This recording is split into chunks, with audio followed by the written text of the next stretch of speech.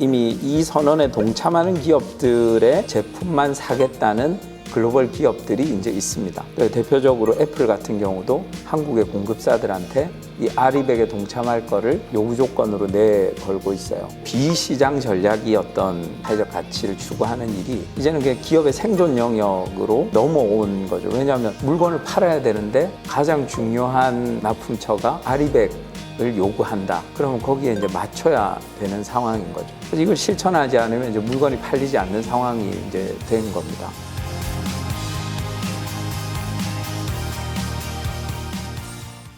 사회적 가치를 연구하시는 입장에서 지속 가능한 발전이란 무엇이라 생각하시나요? 이런 생각이 들어요. 그러니까 왜 발전이라는 단어를 썼을까? 그냥 이제 제 생각인데 두 가지 생각이 있지 않나 싶어요. 첫째는 이 저개발 국가들도 어쨌든 개발이 돼야 된다. 발전이 돼야 된다. 그러니까 선진국들과의 격차를 이제 점차 줄여 나가야 된다는 거죠. 두 번째는 그럼에도 불구하고 이 개발은 어쨌든 사회적 비용을 낳는 거죠. 우리가 한국 전쟁 이후에 개발되어 온 이 과정을 생각을 해보면 경공업에서 중공업으로 넘어가면서 엄청난 이제 환경 오염이 생겨나게 되죠. 이런 사회적 비용들을 줄여 나가면서 어떻게 개발을 할까? 이 생각을 하는 것 같아요. 그래서 앞에 지속 가능한이라는 표현이 붙는 게 아닌가 하는 거죠. 그래서 발전은 해야겠고, 하지만 이게 사회적 비용이 많으니까 지속 가능하게 발전을 해야 되겠다는 생각이 아닌가 싶습니다. 그러면 이제 지속 가능하다는 건 어떤 거냐라고 하면 발생하는 사회적 비용을 사회적 효과가 상쇄를 시켜 줄 수 있어야 되죠. 비용이 100이면 적어도 효과가 120은 돼서 20 정도가 계속 이제 남을 수 있게 해줘야 되는 게 아닌가 싶습니다. 그래서 제가 생각하는 지속 가능한 발전이라는 것은 이 발전을 통한 사회적 비용을 발전의 순효과가 상쇄해주는 그게 지속 가능한 발전이라고 생각을 합니다. 사회적 가치란 무엇이고 또 왜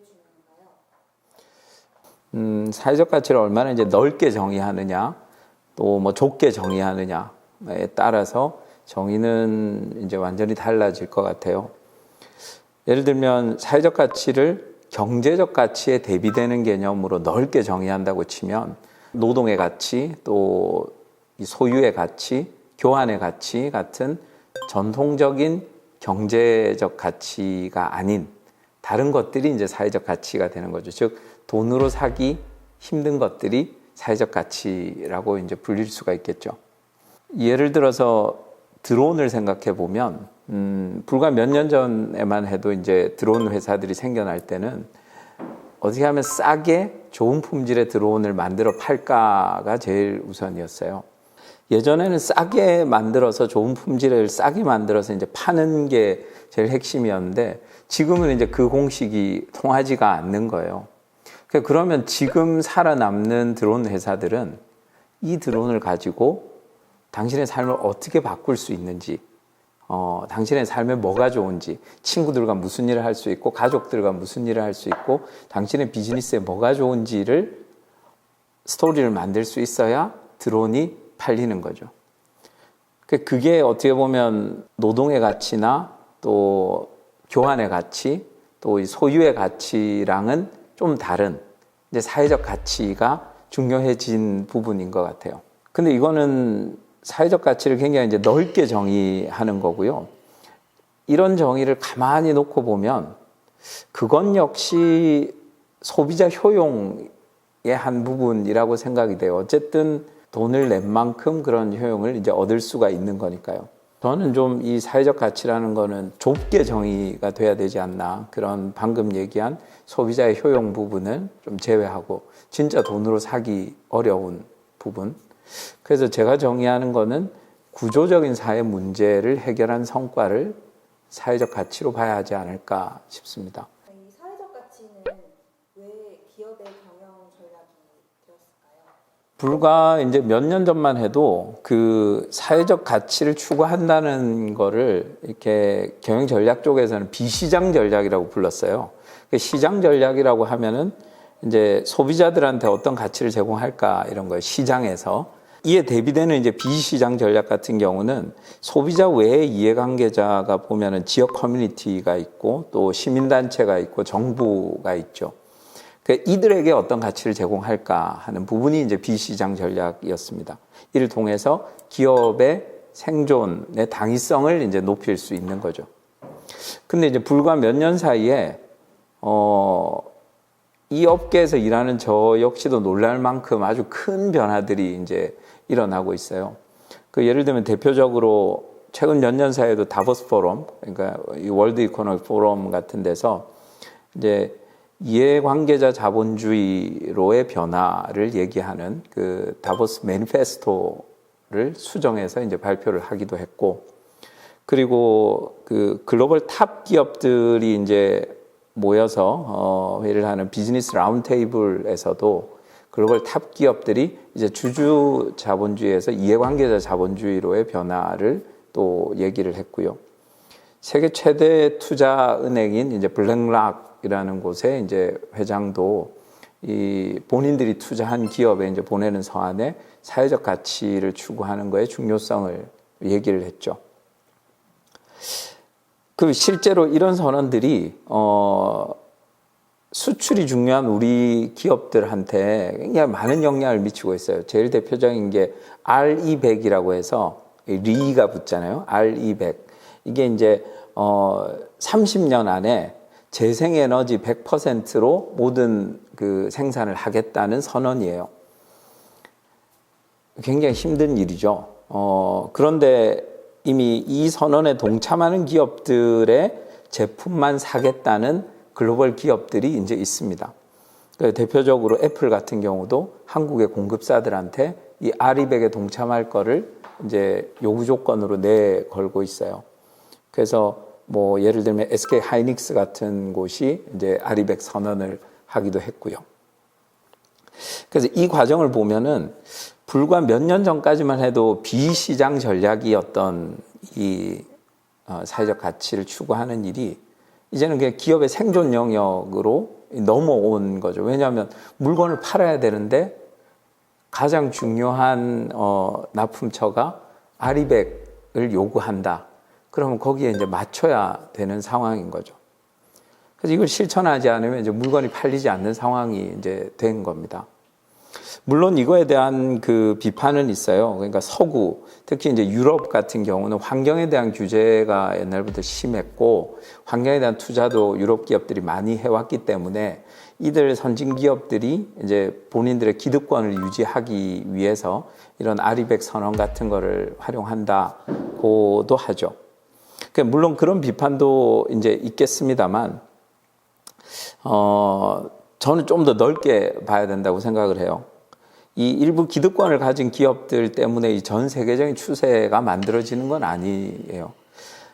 이미 이거는 이제 밀레니얼 세대를 생각해 보면 이 소비 시장에 큰 손이 되고 있는 이 밀레니얼 세대의 소비 성향이라는 거는 예전과는 완전히 이제 틀려졌죠.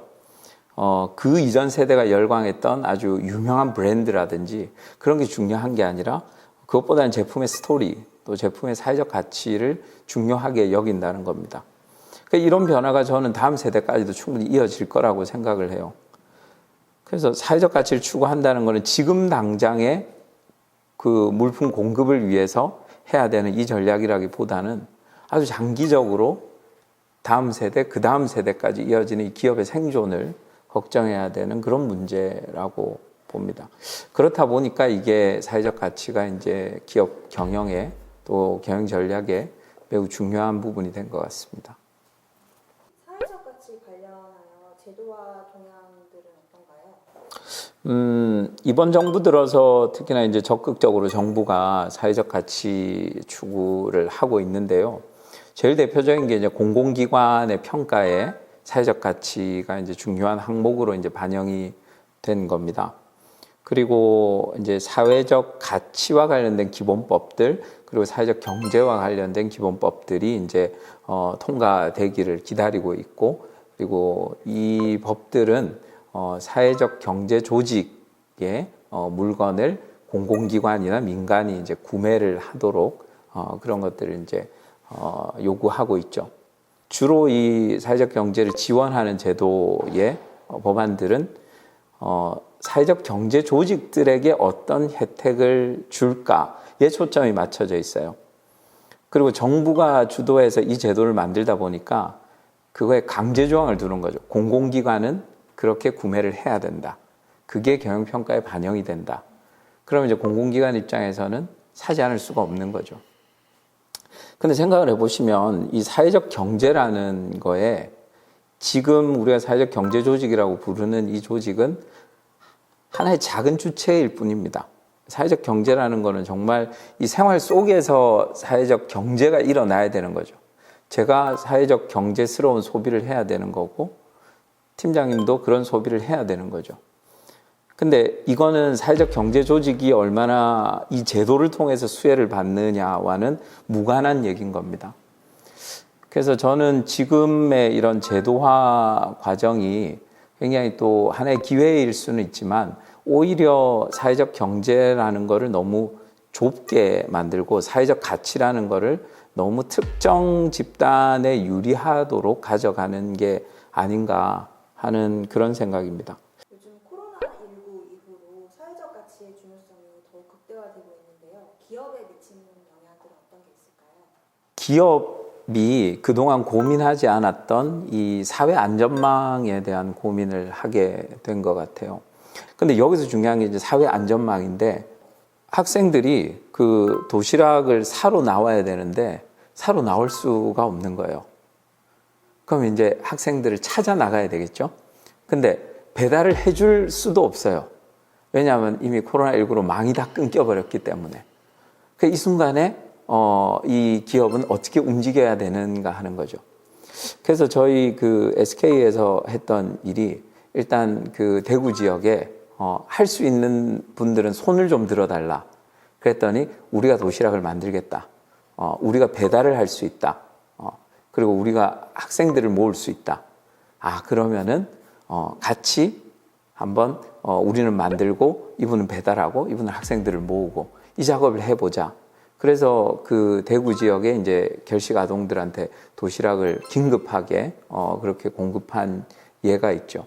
그러니까 만약에 이런 시스템들이 예전부터 그냥 잘 갖춰져 있었다면은 그들이 며칠 동안 이렇게 나오지도 못해서 바꾸는 일은 없었겠죠. 뒤늦게 이렇게 막 찾아서 이런 체계를 만드는 일도 없었겠죠.